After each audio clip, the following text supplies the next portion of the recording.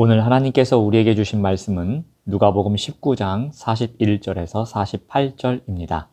하나님의 말씀을 봉독합니다. 가까이 오사 성을 보시고 우시며 이르시되 너도 오늘 평화에 관한 일을 알았더라면 좋을 뻔하였거니와 지금 내 눈에 숨겨졌도다. 날이 이를지라 내 원수들이 토둔을 쌓고 너를 둘러 사면으로 가두고 또 너와 및 그 가운데 있는 내 자식들을 땅에 메어치며 돌 하나도 돌 위에 남기지 아니하리니 이는 내가 보살핌 받는 나를 알지 못함을 인함이니라 하시니라. 성전에 들어가사 장사하는 자들을 내쫓으시며 그들에게 이르시되 기록된 바 내 집은 기도하는 집이 되리라 하였거늘 너희는 강도의 소굴을 만들었도다 하시니라. 예수께서 날마다 성전에서 가르치시니 대제사장들과 서기관들과 백성의 지도자들이 그를 죽이려고 꾀하되 백성이 다 그에게 귀를 기울여 들으므로 어찌할 방도를 찾지 못하였더라. 아멘. 오늘 말씀의 제목은 눈물의 의미와 분노의 이유입니다. 1:1 양육을 잘하는 선교단체인 내비게이터에서 만든 10스텝 성경 공부가 있습니다. 이 책의 첫 단계에 예수님의 신성과 인성에 관해 가르치는 부분이 있습니다. 여기에서 예수님의 인성을 언급할 때 예수님도 눈물을 흘리신 분임을 강조합니다. 예수님도 슬플 때에 눈물을 흘리신 분이시기에 우리와 같은 인성을 지닌 분으로 소개합니다. 인성을 지닌 예수님께서 예루살렘을 보고 우셨다는 것은 예루살렘을 향해 사랑과 연민이 있으셨다는 것입니다. 예수님께서 눈물을 흘리심으로 성전을 향한 안타까운 마음을 드러내신 것이었습니다. 눈물은 슬픔과 탄식의 결정체입니다. 사람이 눈물을 흘리는 이유는 그만큼 소중한 것에 대한 사랑과 연민이 있기 때문에 생기는 현상입니다. 예수님이 예루살렘을 사랑하지 않으셨다면 성의 멸망을 아셨을지라도 울지 않으셨을 것입니다. 예수님은 이 눈물의 의미를 설명하십니다. 우리 42절 말씀을 봅니다. 이르시되 너도 오늘 평화에 관한 일을 알았더라면 좋을 뻔하였거니와 지금 내 눈에 숨겨졌도다. 예루살렘은 이스라엘의 신앙 중심지였지만 예수님이 가져오시는 평화를 보지도 못하고 이해하지도 못했습니다.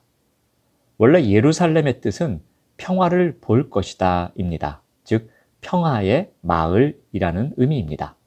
그런데 이름과 달리 예루살렘은 평화를 보지 못한 것입니다.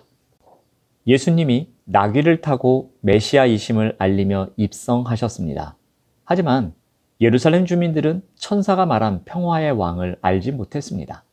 더군다나 그들은 평화를 향한 길을 알지 못해 전쟁을 선택합니다. 예수님은 예루살렘이 평화의 길을 제대로 알지 못해 슬퍼하며 우셨던 것입니다. 예수님은 유대인의 반란을 제압하는 로마 군대에게 도성이 파멸당할 사건을 예고하십니다.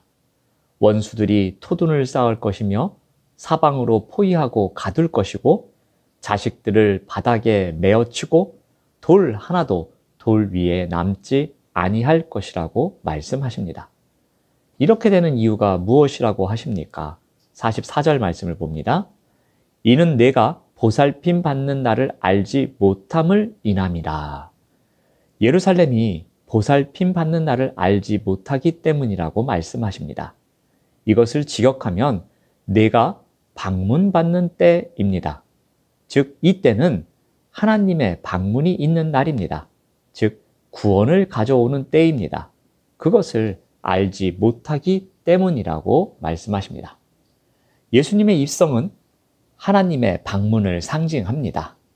그러나 예루살렘은 이를 알지 못하여 멸망하게 될 것입니다. 하나님의 방문은 이스라엘의 소망과 기대를 완성시키는 것이었습니다. 하지만 예수님을 배척한 예루살렘에게 이 방문은 하나님의 심판이 되고 맙니다.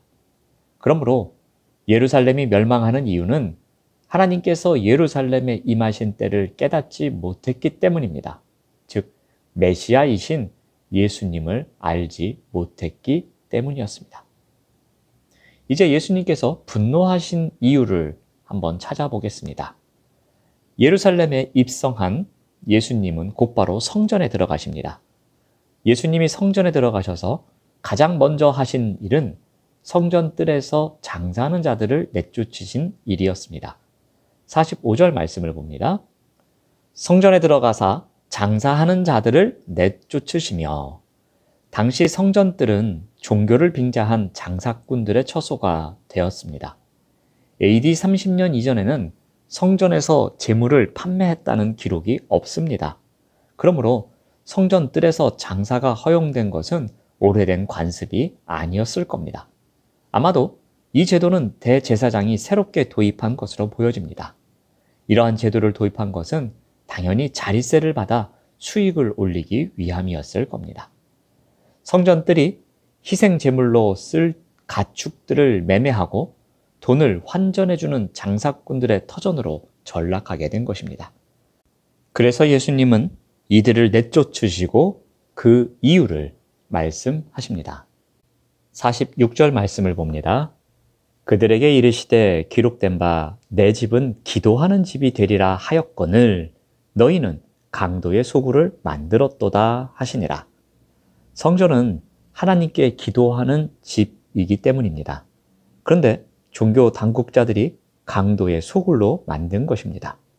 성전을 중심으로 기득권을 구축한 자들에 의해 하나님의 집은 이권을 챙기는 종교 강도들의 보물저장소가 되고 말았습니다. 그래서 예수님은 분노하신 것입니다.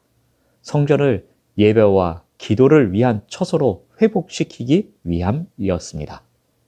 성전은 하나님을 높이며 예배하는 장소입니다. 그런데 예수님 당시의 성전은 이 고유한 목적을 이미 상실하고 말았습니다.